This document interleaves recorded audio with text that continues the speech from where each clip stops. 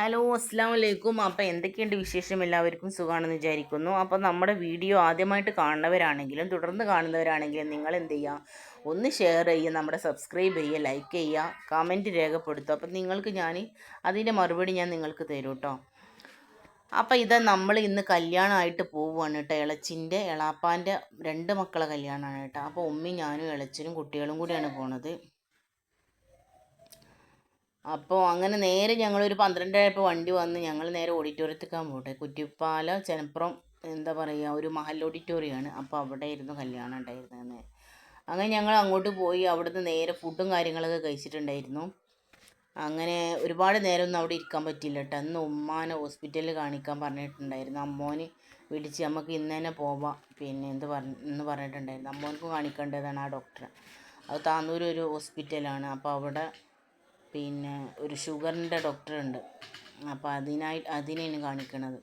അപ്പോൾ അതിൻ്റെ തലേ ദിവസം ഇതേപോലെ ഞങ്ങൾ ഉമ്മാക്ക് നെഞ്ഞിൻ്റെ ബുദ്ധിമുട്ടെന്ന കാര്യങ്ങളൊക്കെ പറഞ്ഞപ്പോൾ ഡോക്ടർ പറഞ്ഞിട്ടുണ്ടായിരുന്നു, നിങ്ങളൊന്ന് കാർഡിയോളജിയിൽ കാണിച്ചോളൂ എന്ന്. അപ്പോൾ അങ്ങനെ കാണിച്ചപ്പോൾ ഉമ്മാക്ക് ഇതേപോലെ ECGയും എക്കോ ടെസ്റ്റൊക്കെ എടുത്തിട്ടുണ്ടായിരുന്നു. അപ്പോൾ ഉമ്മാക്ക് എന്താ പറഞ്ഞതെന്ന് വെച്ചാൽ ചെറുതായിട്ടൊരു വേരിയേഷൻ്റെ പ്രശ്നമുണ്ട്. അപ്പോൾ മരുന്ന് 5 ദിവസത്തിൽ തന്നിട്ടുണ്ട്. അപ്പോൾ അത് കഴിഞ്ഞിട്ട് ഇനി വരാനായിട്ട് പറഞ്ഞിട്ടുണ്ടായിരുന്നത്. അപ്പോൾ ഇനി വരുമ്പോൾ TMT എന്തോ ഒരു ടെസ്റ്റും കൂടി ഉണ്ടാകണം.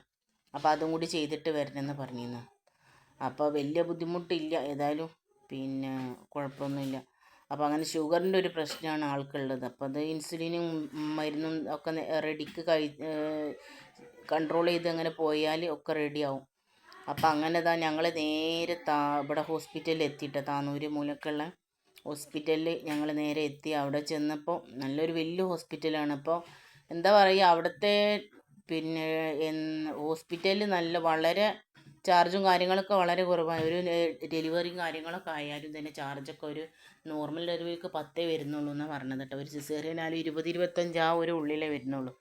അപ്പം ഇനിയിപ്പോൾ ഡോക്ടർ ഫീസാണെന്നുണ്ടെങ്കിലും വളരെ കുറവാണ്. ഫാർമസിയൊക്കെ നോക്കുകയാണെന്നുണ്ടെങ്കിലൊക്കെ വളരെ കുറവാണ് കേട്ടോ. അങ്ങനെ നേരെ ഞങ്ങൾ ഉമ്മാനെ ലിസ്റ്റും കാര്യങ്ങളൊക്കെ എടുത്തു. ഉമ്മാർക്ക് പ്രഷറും കാര്യങ്ങളും നോക്കി, വെയിറ്റ് ഹൈറ്റ് എല്ലാ സംഭവങ്ങളും നോക്കി. അങ്ങനെ പിന്നെ ഉമ്മാനെ ഡോക്ടറെ അടുത്ത് കാണിച്ചു. ഡോക്ടർ എല്ലാ വിശദ വിവരങ്ങളും ഉമ്മാനെ പറഞ്ഞ് ഒക്കെ മനസ്സിലാക്കി കൊടുത്തു. അപ്പോൾ ഒക്കെ അസ്സലാമു അലൈക്കും. അപ്പോൾ ഇന്ന് ഇത്രയേ ഉള്ളൂ.